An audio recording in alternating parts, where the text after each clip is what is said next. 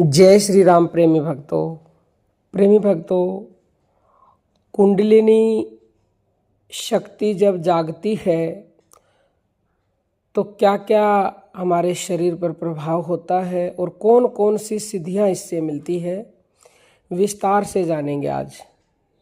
देखिए, कुंडलिनी योग से आध्यात्मिक व आदि भौतिक दोनों लाभ होते हैं। शरीर स्वस्थ होता है, शरीर पर अपनी हुकूमत चलती है, सिद्धियां मिलती हैं और परमात्मा तत्व का भी परम लाभ होता है। इसलिए इसका वर्णन सुनने मात्र से इसका साधन करने की ओर अनेक लोग आकृष्ट हो जाते हैं। कुंडलिनी जब जागती है तब बड़े वेग से झटका देकर ऊपर की ओर मुंह फैलाती है। ऐसा मालूम होता है जैसे कि वह बहुत दिनों की भूखी हो और शरीर में पृथ्वी और जल के जो भाग हैं उन सब को चट कर जाती है। जैसे हथेलियों और पांव के तलों को सोखकर उनका रक्त मांस आदि खाकर ऊपर के भागों को भेदती है और अंग प्रत्यंग की संधियों को छान डालती है। नखों का सत्व भी निकाल देती है, त्वचा को अस्थि पंजर से सटा देती है। पृथ्वी जल इन दो भूतों को खा चुकने पर वह पूर्णतः तृप्त होती है और तब शांत होकर सुषुम्ना के समीप स्थित रहती है। तब तृप्तिजन्य समाधान प्राप्त होने से उसके मुख से जो गरल निकलता है उसी गरल रूप अमृत को पाकर प्राणवायु जीता है और कुंडलिनी के सुषुम्ना में प्रवेश करने पर ऊपर की ओर जो चंद्र अमृत का सरोवर है वह धीरे धीरे उलट जाता है और वह चंद्र अमृत कुंडलिनी के मुख से गिरता है। इसके द्वारा वह रस सर्वांग में भर जाता है और प्राणवायु जहाँ का तहाँ ही स्थिर हो जाता है। उस समय की शरीर कांति का वर्णन ज्ञानेश्वर जी महाराज इस प्रकार करते हैं कि शरीर पर त्वचा की जो सूखी पपड़ी सी रहती है वह भूसी की तरह निकल जाती है। तब शरीर की कांति केसर के रंग जैसी या रत्न रूप बीज के कोपल सी सायंकाल के रंग के समान लाली जैसी दिखती है। इस तरह से कुंडलिनी चंद्र अमृत पान करती हुई ऐसी देह बनाती है जिससे यमराज भी कांपते हैं। यही उसे लघिमा आदि सिद्धियां प्राप्त होती हैं। काया कंचन कांति वाली हो जाती है, वायु जैसी हल्की हो जाती है, कारण कि उसमें पृथ्वी और जल के अंश नहीं होते।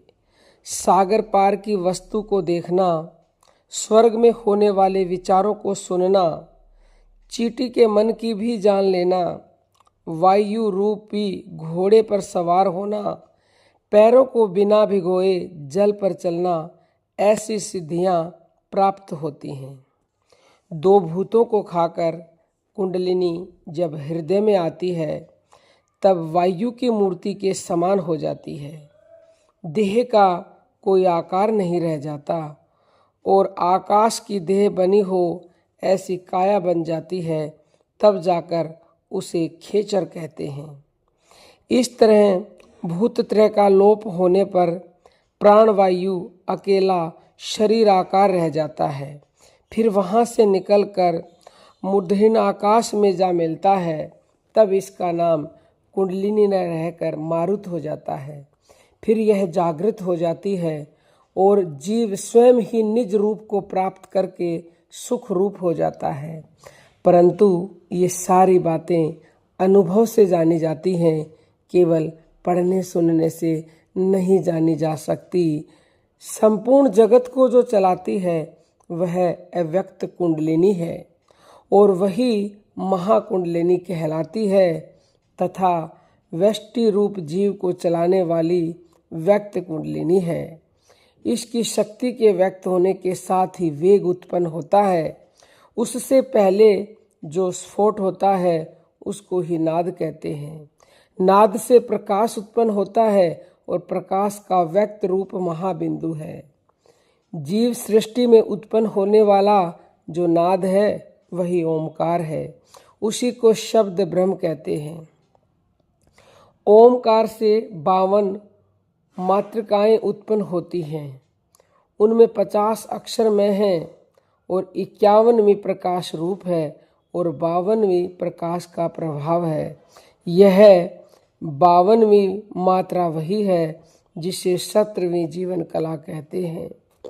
50 मातृकाएं लोम और विलोम रूप से 100 होती हैं। ये ही 100 कुंडल हैं। इनको धारण की हुई मातृकामयी कुंडलिनी है। यह मातृकाओं की अव्यक्त स्थिति का स्थान सहस्रार चक्र है। यही श्री शिव शक्ति का भी स्थान है। इस स्थान से उत्पन्न होने वाली जो मातृकाएं जिस जिस स्थान में व्यक्त हुई उन मातृकाओं और उनके उन स्थानों को लोम विलोम रूप से आगे वर्णित भी किया गया है, लेकिन आगे के बारे में यानी कि लोम विलोम के बारे में अभी इस वीडियो में नहीं बताया जाएगा। कभी किसी दिन और वीडियो में चर्चा करेंगे।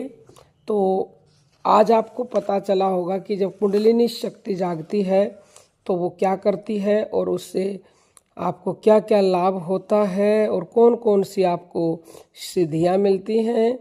तो इसी के साथ हम अपनी वाणी को विराम देना चाहेंगे। जय जय श्री राम।